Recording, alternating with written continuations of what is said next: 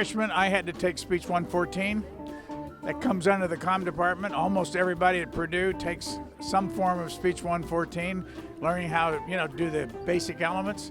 And so the comm school starts right when you hit the ground running here at Purdue, and that's important. Those that decide to, major in I was a speech major because they didn't have a comm school. They all have different ideas of what a good career is, and by the time they get out of here in 4 years, they kind of hone their interests, and that's the benefit of having a comm school. Well, my name on the school I don't think is very important.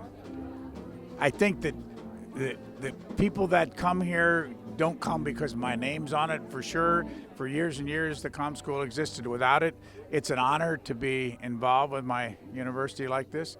But Mary Fran Matson, who runs the school or is head of the school, and her fellow teachers are what really matter to the students. Comm is not as interesting to a lot of people today as, say, STEM is, but you still have to learn how to communicate once you've gotten your engineering or science or your agriculture or whatever. And so comm's going to be around, I think, for a long time. I would say the most important thing in the future probably is staying ahead of the technology. Everything that we use to communicate has changed in my lifetime, and it will change again. And so when you're involved in trying to educate yourself about communications, you got to anticipate where it's all going to go, so you don't want to find yourself in an alley and can't get out of it after a couple of years. So that's the biggest concern I would have if I was starting out again, is how I pick something that will be around for a while. The opportunities out in our country are much greater than they were when I was in school. Communications has been blown wide open by the internet, and when I was here there wasn't even a satellite, and so that's all changed.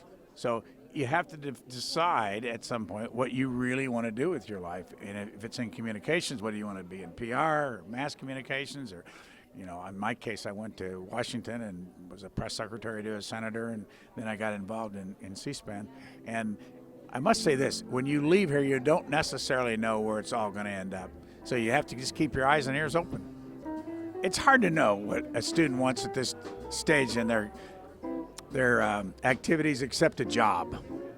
And jobs come for a lot of different reasons, including your ability to network. And I hope that if they paid attention to the people that have visited the campus, there's a way to learn how to network. Once you've learned from your education and you're out there finding a job, it takes a while sometimes, and you got to be prepared for that. And I hope they've learned that from the old timers who are here coming back, trying to help them, mentor them or help them get along. Thank you today, Brett.